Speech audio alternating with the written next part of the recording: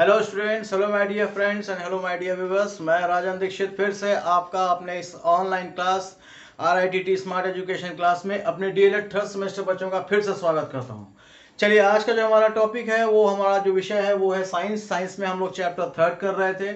और chapter third में जो अभी तक हमारा जो लास्ट वीडियो था हम लोगों ने भिन्नता पढ़ी थी, ठीक है, जो बनावटें होती हैं जो तो उसके आज हम लोग आगे उसी क्रम को आगे बढ़ाते हुए जो हमारा आज का टॉपिक है वो ये है कि तुलनात्मक भ्रौणिकी यानी कंपैरेटिव एम्ब्रियोलॉजी। इसके विषय में आज हम लोग थोड़े से, और ये जो हमारा वीडियो है ये पार्ट 1 है, ये थोड़ा लंबा चैप्टर, ये थोड़ा सा लंबा पॉइंट है, तो मैं इसको 2-3 पार्ट्स में आपको बताऊंगा, इसको ध्यान दीजिएगा। मैं यहाँ पर लिख दे रहा हूँ ऐसे, ठीक है, ये यहाँ पर मैंने लिख दिया है पार्ट 1, ये पार्ट 1 है हमारा, ठीक। इसके बाद जो हमारा जो वीडियो होगा वो पार्ट 2 होगा, ठीक है, क्योंकि टॉपिक ये बड़ा है। चलिए, वीडियो शुरू करने से पहले मैं फिर से अपने सभी हमारे जो व्यूअर्स हैं, हमारे जो फ्रेंड्स हैं और जो भी हमारे स्टूडेंट्स हैं, तो उनसे मैं ये कहूँगा कि वीडियो अंत तक ज़रूर देखें। अगर आपको वीडियो पसंद आए तो उसको ज़्यादा से ज़्यादा शेयर करें, लाइक करें, और जो भी हमारे जो फ्रेंड्स और सब्सक्राइबर्स हैं जो अभी तक सब्सक्राइब नहीं किए हैं वो चैनल को सब्सक्राइब जरूर कर दें और बेल आइकन को जरूर प्रेस कर दें, ठीक है, जिससे आपको जो है हमारा जो भी अपडेट है वो एज अ नोटिफिकेशन आपको मिलता रहेगा। चलिए, तो आते हैं सब्जेक्ट पर हम लोग। आज का ये पॉइंट है हमारा कि देखिए, बहुकोशिकीय जंतुओं में लैंगिक जनन के फलस्वरूप युग्मनज अर्थात जाइगोट और फिर जाइगोट के भ्रूणी परिवर्धन से नई संतान का शरीर बनता है। जाइगोट से वयस्क तल के भ्रूणी परिवर्धन को जंतु का व्यक्तिवृत्त या एंटोजीनी कहते हैं, ठीक है। तो ये हमारा था आज का, ये शुरू किए हम लोग। तो जाइगोट जो होता है वो क्या होता है, वो भ्रूण, ये कॉमन है, ये सभी में कॉमन है आपके, चाहे वो क्या बोलते हैं सूक्ष्म जीव हों या किसी प्रकार जंतु हों या मानव हों, ठीक है, ये और या पादप में हों, यानी कि बॉटनी और जूलॉजी अगर आप सेक्शन में जाएं तो जितने भी आपके ऑर्गेनिजम्स हैं ये वहाँ का सबसे बड़ा कॉमन फैक्टर है कि जो नई संतान होती है, जो नया जो उत्पत्ति होती है उसके लिए जो रिस्पॉन्सिबल चीज होता है वो होता है एम्ब्रियो यानी कि भ्रूण, ठीक। तो यहाँ पर ये है आपका, देखिए मैं फिर से पढ़ रहा हूँ कि बहुकोशिकीय, बहु का मतलब कोशिकीय मतलब यूनिसेलुलर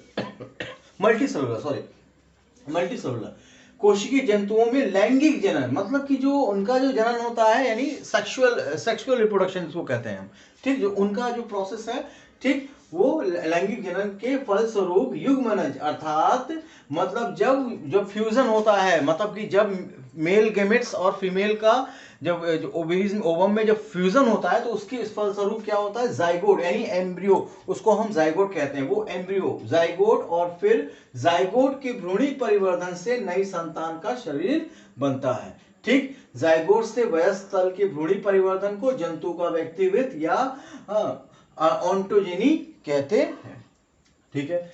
इसके विपरीत पूर्वजों से लेकर किसी जंतु जाति के उद्विकासी इतिहास को इसका जातिवत फाइलोजीनी कहते हैं, मतलब हेरिडिटरी। अगर हमें कोई चीज पूर्वज से मिली है, पूर्वजों से मिला हुआ है तो वो हेरिडिटरी होता है। जैसे कभी कभी, जैसे सिंपल सा एग्जांपल देखिए, अगर माता और पिता को दोनों को चश्मा लगा हुआ है, यानी मान ले कि लड़के को चश्मा लगा हुआ है, तो आप देखिए उसकी माँ या पिताजी को चश्मा लगा हुआ है, ठीक। अब उस लड़के के दादा को देखिए तो वहां चश्मा लगा, तो ये क्या है, मतलब कुछ ना कुछ ऐसी जेनेटिक प्रॉब्लम है जिसकी वजह से वो जीन्स में आंखों की जो कमजोरी है वो लगातार आपको वो पीढ़ी से पीढ़ी बढ़ती जा रही है। ऐसे बहुत सारे एग्जाम्पल मिलेंगे आपको, ठीक है।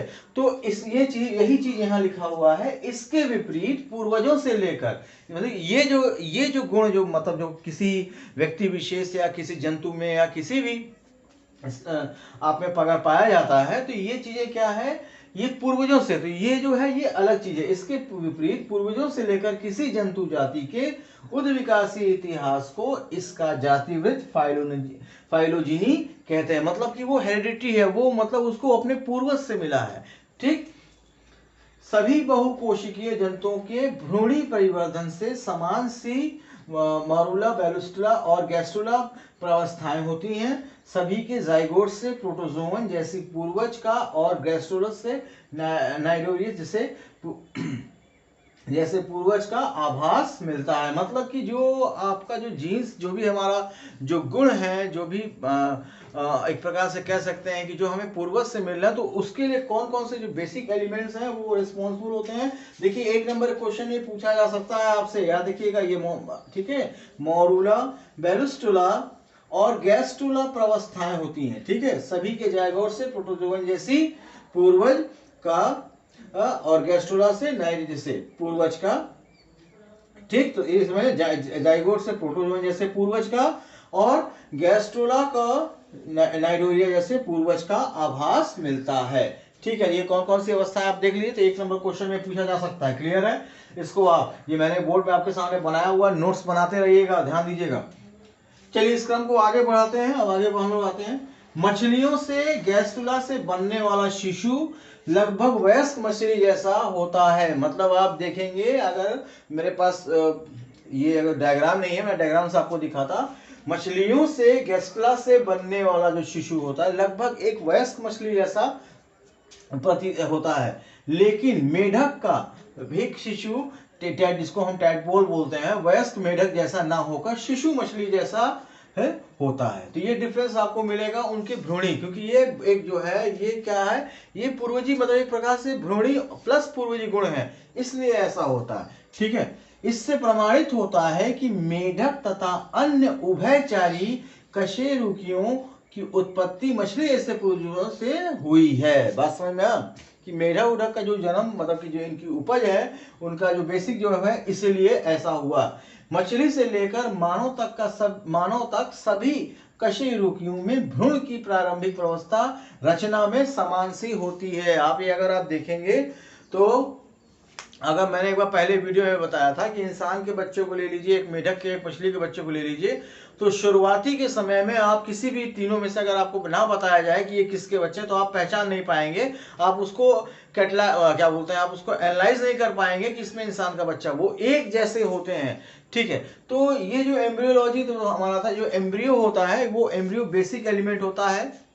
आज का हमारा टॉपिक ये था, क्या बोलते हैं, लैंगिक जनन के लिए। ठीक है, इसकी वजह से जो है नए संतान की उत्पत्ति होती है, और उस एम्ब्रियो में जो गुण आते हैं, वो गुण कहाँ से आते हैं, या फिर उस गुण के अंदर कौन कौन सी चीजें रिस्पॉन्सिबल होती हैं, ये हम लोगों ने पढ़ा आज के टॉपिक में।